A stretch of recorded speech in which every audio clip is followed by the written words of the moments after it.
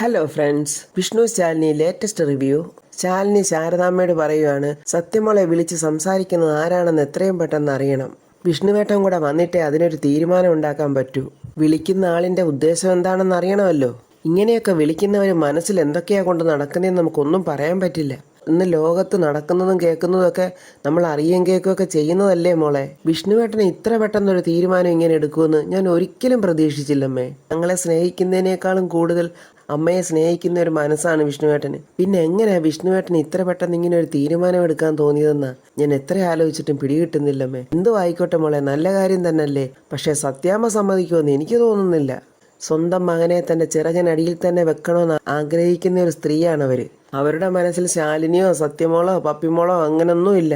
അവർ ഈ ഭൂമിയിൽ സ്നേഹിക്കുന്ന ഒരേ ഒരാളെ മാത്രമേ ഉള്ളൂ, വിഷ്ണുവിനെ. ആത്മാർത്ഥമായി അവരാരെയെങ്കിലും സ്നേഹിക്കുകയോ ആർക്കെങ്കിലും വേണ്ടി ഒരു തുള്ളി കണ്ണീരൊഴുക്കുകയോ ചെയ്തിട്ടുണ്ടെങ്കിൽ അത് ഈ മകന് വേണ്ടി മാത്രമേ ഉള്ളൂ. വിഷ്ണുവേട്ടൻ്റെ ഈ തീരുമാനം അറിഞ്ഞ് വീട്ടിലെങ്ങാനും വന്ന് ബഹളം വെക്കുമെന്ന് എനിക്കറിയില്ലമ്മേ സത്യാമ്മ. അക്കാര്യത്തിൽ എനിക്കും ഒരു ഭയമില്ലാതില്ല മോളെ. സത്യാമ്മ ഇത് അറിയുമ്പോൾ ഉടനെ തീർച്ചയായിട്ടും വന്നിവിടെ ബഹളം വെക്കും. വിഷ്ണുവിന് ആ അമ്മയുടെ കണ്ണുനീരിന് ഒരുപാട് പ്രാധാന്യം കൊടുക്കുന്ന ആളുമാണ് വിഷ്ണു. ഇനിയും വിഷ്ണുവേട്ടനിൽ നിന്ന് അകന്ന് നിൽക്കുന്നത് സത്യയുടെ മനസ്സിനെ താങ്ങാൻ പറ്റില്ലെന്ന് തോന്നുന്നമ്മേ. ഇനിയും സത്യമോളോട് സത്യങ്ങളൊക്കെ മറച്ചു വെക്കാൻ പാടില്ലെന്ന് തോന്നുന്നു. അവളുടെ മുന്നിൽ അവളുടെ അച്ഛൻ വിഷ്ണുവേട്ടനാണെന്ന് തന്നെ പറയണമമ്മേ എനിക്ക്. പക്ഷേ അതെങ്ങനെ അവളോട് പറയും? അത് പറയാനുള്ള ഒരു വഴിയാണ് ഞാനിങ്ങനെ ആലോചിക്കുന്നത്. എൻ്റെ ശാലിനി, നീ ഇപ്പം മറ്റൊന്നും ആലോചിക്കണ്ട. വിഷ്ണു പറഞ്ഞതുപോലെ നിങ്ങൾ ഒന്നിച്ചൊരു വീട്ടിൽ താമസം തുടങ്ങ്. നിങ്ങൾ മാത്രമുള്ള ലോകത്ത് നിങ്ങളുടേതായ പ്രശ്നങ്ങൾ ചർച്ച ചെയ്തു വരുമ്പോൾ ഇപ്പോൾ നിന്നെ ബുദ്ധിമുട്ടിച്ചുകൊണ്ടിരിക്കുന്ന ഈ പ്രശ്നങ്ങൾക്കൊക്കെ പരിഹാരമാകും. കണ്ണ് നൽകിയ ദൈവം നിന്റെ കണ്ണുനീര് കാണാതിരിക്കില്ലല്ലോ മോളെ. എല്ലാം മറന്ന് ഇനിയെങ്കിലും സന്തോഷത്തോടെ ജീവിക്കാൻ നോക്ക്. എൻ്റെ സന്തോഷത്തിന് വേണ്ടി അല്ലമ്മേ ഞാനിന് തയ്യാറായത്, സത്യമോളുടെ സന്തോഷത്തിന് വേണ്ടി മാത്രമാണ്. അവൾക്ക് അച്ഛനെ വേണം. അതിന് അവൾക്ക് അവളുടെ സ്വന്തം അച്ഛനെ തന്നെ നമ്മൾ കൊടുക്കുക.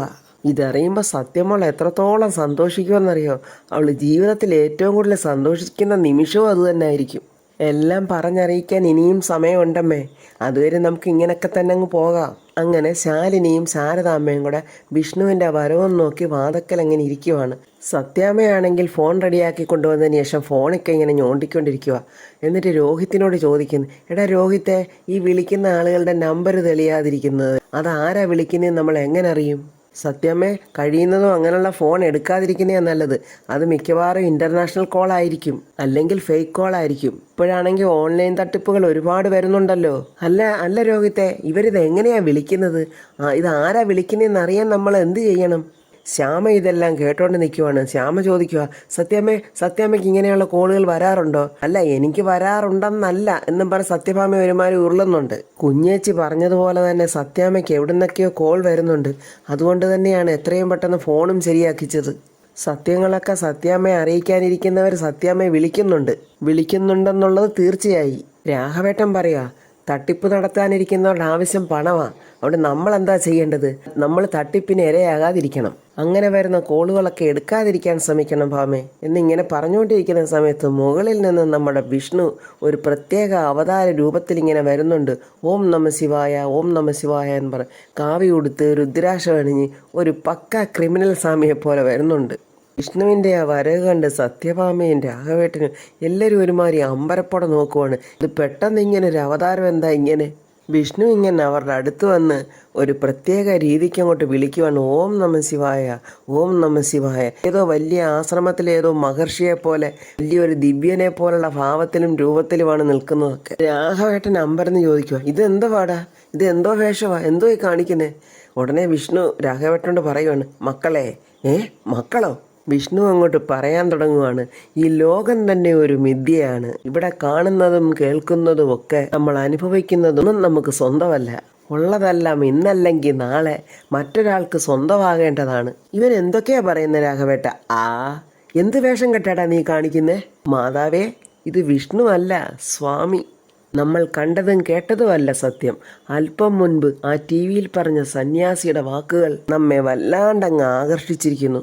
നമ്മുടെ മനസ്സങ്ങോട്ട് കീഴ്പ്പെടുത്തി അദ്ദേഹത്തിൻ്റെ നമ്പർ കണ്ടുപിടിച്ച് കുറേ നേരം അങ്ങോട്ട് സംസാരിച്ച് അദ്ദേഹം എനിക്ക് സമാധാനത്തിന്റെ പാതയിൽ കൂടെ എങ്ങനെ സഞ്ചരിക്കാമെന്ന് ഇത്രയും നേരം എനിക്ക് വ്യക്തമായി പറഞ്ഞു തന്നു. നാം അതങ്ങോട്ട് കേട്ട് കഴിഞ്ഞപ്പോൾ ഈ നാടും വീടും എല്ലാം വിട്ട് ശാന്തിയുടെയും സമാധാനത്തിന്റെയും ലോകത്തിലോട്ട് പോകണമെന്ന് മനസ്സ് മന്ത്രിച്ചു. അതുകൊണ്ട് നാം എന്നേക്കുമായി സമാധാനത്തിന്റെ പാതയിലേക്ക് ഒരു യാത്ര പോവുകയാണ്. അതുകൊണ്ട് നിങ്ങളാരും നമ്മെ തടയുകയോ തിരിച്ചു വിളിക്കുകയോ ചെയ്യരുത്. മനസ്സും ശരീരവും ശുദ്ധീകരിച്ച് മാലോകർക്ക് വേണ്ടി കുറേ നാൾ ജീവിക്കുക. രോഹിത് ഉടനെ ചോദിക്കുക, ബ്രോ എന്തൊക്കെയായി പറയുന്നേ? ഒരു പ്രോഗ്രാം കണ്ടെന്നും പറഞ്ഞ് ഇങ്ങനെയൊക്കെ മാറുവോ? അയ്യോ സഹജ, ബ്രോന്ന് വിളിക്കരുത് സ്വാമിജി. ഞാൻ ആ ടി വിയിൽ കണ്ടതേ വെറുമൊരു പ്രോഗ്രാം അല്ലായിരുന്നു.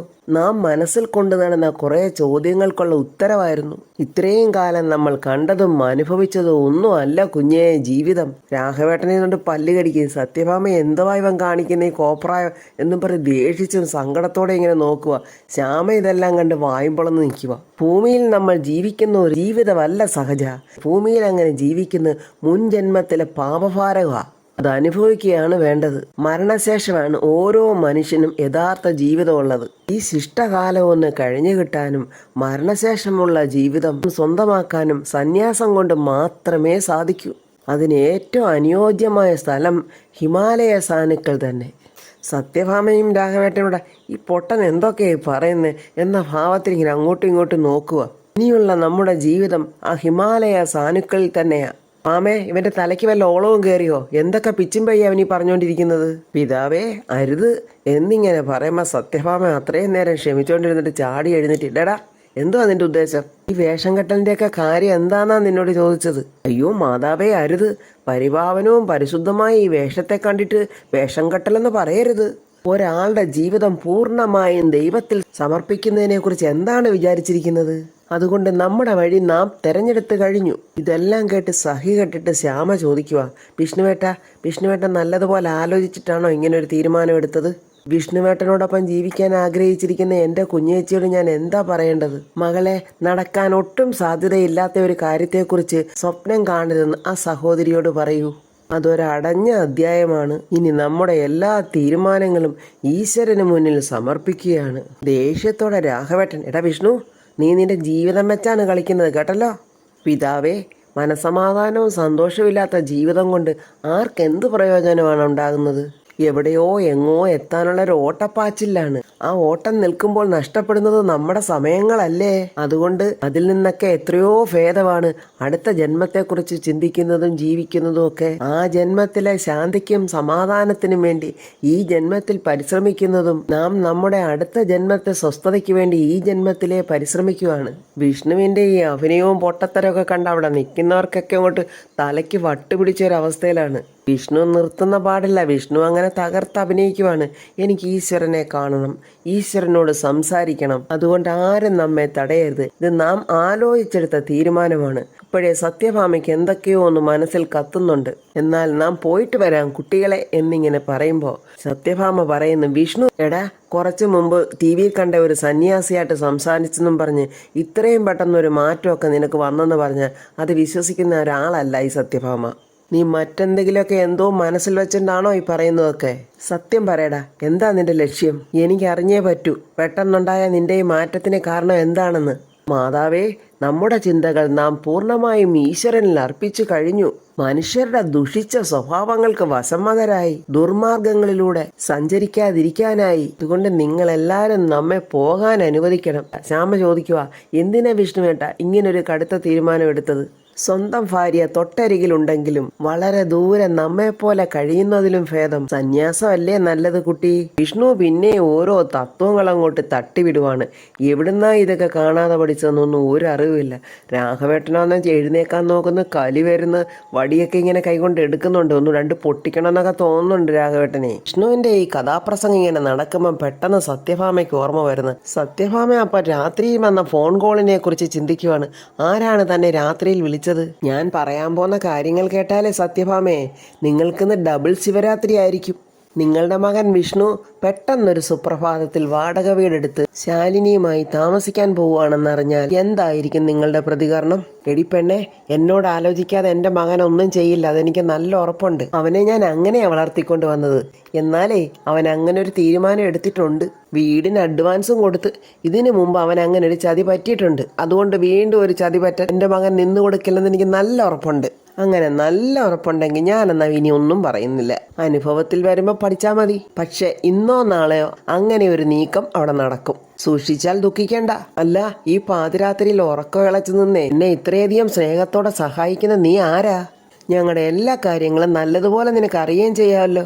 ഞങ്ങളെ ഇങ്ങനെ സഹായിച്ചതുകൊണ്ട് നിനക്ക് എന്താ ഗുണം? ഒരു പുണ്യം കിട്ടുമെന്ന് വിചാരിച്ച് ചെയ്തതാ. ഇനി മറ്റൊരു പുണ്യം കിട്ടാനുള്ള ഒരു സത്യം ഞാൻ ഉടനെ അറിയിക്കുന്നതാണ്.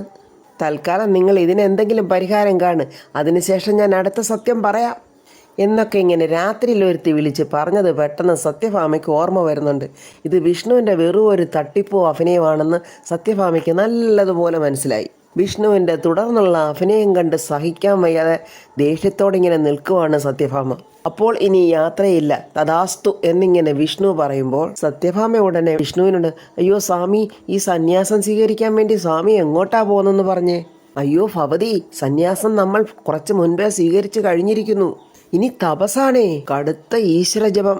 അതിനായി സ്വാമികൾ എന്നെ ക്ഷണിച്ചിരിക്കുന്നത് ഹിമാലയത്തിന്റെ താഴ്വരകളിലേക്കാണ്. അവിടെ അങ്ങോട്ട് എത്തിക്കഴിഞ്ഞാൽ പിന്നെ എല്ലാ ബന്ധങ്ങളും അകറ്റി നിർത്തി പൂർണ്ണമായും അങ്ങോട്ട് ഈശ്വര വിചാരം തന്നെ. നമുക്ക് നമ്മുടെ ജീവിതത്തിലോ ശോഭിക്കാൻ കഴിഞ്ഞില്ല, ഈ ആത്മീയ ജീവിതത്തിലെങ്കിലും ഒന്ന് ശോഭിക്കട്ടെ. എല്ലാം കേട്ട് സഹി കേട്ട് രാഘവേട്ടനങ്ങ് ചാടി എഴുന്നേക്കുവാൻ. എടാ, ജീവിതത്തിലെ ഇങ്ങനെ പരാജയപ്പെട്ട് ഓടിക്കേറി ചെല്ലുന്ന സ്ഥലമല്ല സന്യാസം. സന്യാസമെന്ന് നിന്നോട് ആരാടാ പറഞ്ഞത്? ഭാര്യയും മക്കളെയും തൻ്റെ ഇടത്തോടെ നോക്കാൻ കഴിയാത്തവനും അവരെ സംരക്ഷിക്കാനും ഒക്കെ ത്രാണിയില്ലാത്തവനും ഒക്കെ സ്വീകരിക്കേണ്ട ഒന്നല്ല ഈ സന്യാസം. അതിനൊരു മഹത്വമുണ്ട്. അതൊന്നുമില്ലാതെ ടി വിയിൽ കണ്ട ഒരു സാരോപദേശം കണ്ടുകൊണ്ട് അവൻ്റെ ഒരു സന്യാസം. എടാ, സകലതും ത്യജിച്ച അവസ്ഥയാണ് സന്യാസം. പൂർണ്ണമായ ത്യാഗവ്രതം. അത് വല്ലത് നിനക്കൊണ്ടോ? അതുണ്ടാക്കാനുള്ളൊരു ശ്രമത്തിലാണ് നാം. സത്യഭാമയുടെ തനി ഗുണം ഇറങ്ങിയിട്ടുണ്ട്. വിഷ്ണുവിനെ പോലെ തന്നെ സത്യഭാമയും അഭിനയിക്കാൻ തുടങ്ങി. സ്വാമി തനിച്ചാണോ ഹിമാലയ താഴ്വരകളിലോട്ട് പോകുന്നത്? അതോ കൂടെ ശാലിനിയും ഉണ്ടോ? വിഷ്ണു ഒരിക്കലും പ്രതീക്ഷിച്ചില്ല സത്യഭാമ ഇതൊക്കെ കണ്ടുപിടിക്കുമെന്ന്. സത്യഭാമ ഇങ്ങനെ കൈയോടെ പിടികൂടുമെന്ന് വിഷ്ണുവും പ്രതീക്ഷിച്ചില്ല. ഇത്രയും നേരം പ്രവചനങ്ങൾ നടത്തിക്കൊണ്ടിരുന്ന വിഷ്ണു ആകെ സ്തംഭിച്ചു പോയി. അപ്പോൾ ഫ്രണ്ട്സ്, എന്താണ് ഇനി അടുത്ത തീരുമാനം? വിഷ്ണു സത്യങ്ങളെല്ലാം തുറന്നു പറഞ്ഞ് അവിടുന്ന് പോകുമോ, അതോ സത്യഭാമ ഇനി ചെന്ന് ശാലിനിയുടെ അടുത്ത് വഴക്കുണ്ടാക്കുമോ എന്നൊന്നും അറിയില്ല. അപ്പോൾ ഫ്രണ്ട്സ്, അടുത്ത വീഡിയോയുമായി നാളെ കാണാം. എൻ്റെ വീഡിയോ ഇഷ്ടപ്പെട്ടാൽ ലൈക്കും കമൻസും, സബ്സ്ക്രൈബ് ചെയ്യാത്തവർ സബ്സ്ക്രൈബ് ചെയ്യണേ.